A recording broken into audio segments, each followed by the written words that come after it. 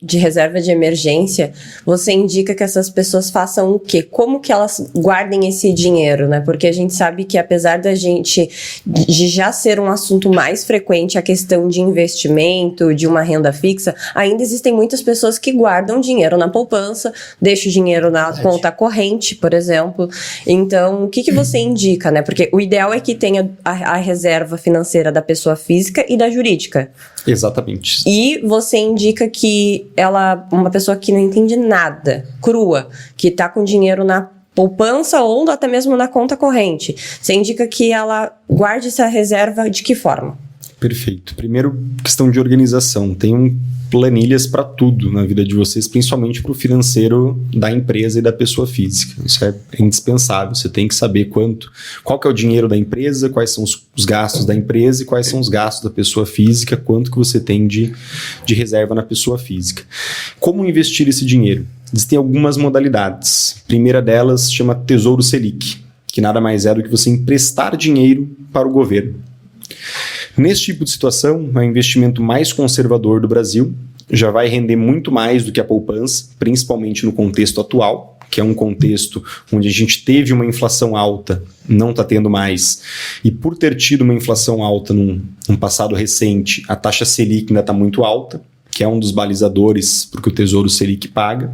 Então esse é o primeiro investimento que o empreendedor pode olhar. Eu tenho um outro que eu gosto mais, que é um pouco mais simples para você conseguir operar isso no dia a dia, que seria o CDB com liquidez diária.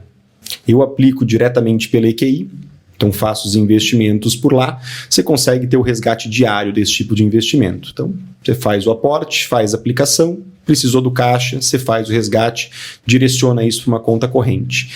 Tem esse valor separado dos valores do teu dia a dia. Até para você conseguir ter um controle de quanto está saindo. Cada vez que vai sair um montante um pouco maior, você já vai ter que ir lá, solicitar o resgate, pega esse valor e direciona. Isso vai fazer com que você se mantenha atento.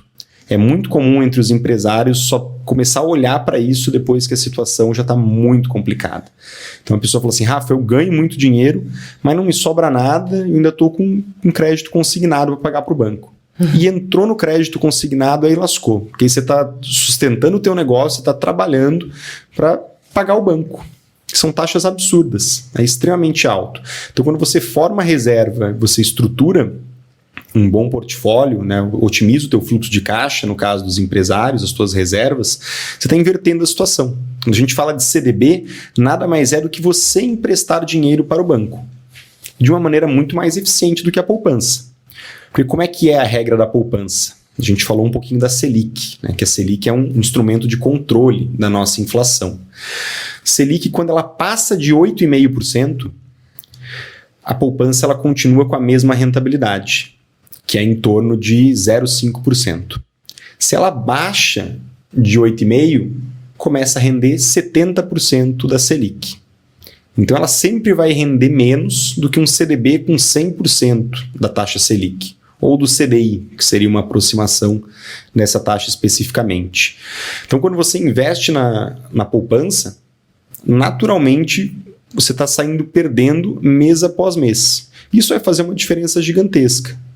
Porque se a gente fala, por exemplo, de um valor de 100 mil reais, para ficar fácil, 100 mil reais deixados nos últimos 12 meses, imaginando uma taxa de 13,35, que foi o que a gente teve, agora já está baixando. Na poupança, você recebeu ali em torno de 6 mil reais por esse valor. Se você deixou num 100% do CDI, você recebeu 13.750. Então, olha a diferença. Ali. Muita. Vai ter um pouco de imposto? Vai, mas que venha líquido isso para o teu bolso em torno de 11 mil reais. Ainda então, de 11 para 6 é uma diferença de 5 mil. É quase uma diferença absurda. E com 5 mil, o que você não faz na tua empresa? Às vezes é um mês de um funcionário ou de 2 funcionários. Então, tem que ter muita atenção para olhar para essas coisas, porque a gente vê muita gente jogando dinheiro fora.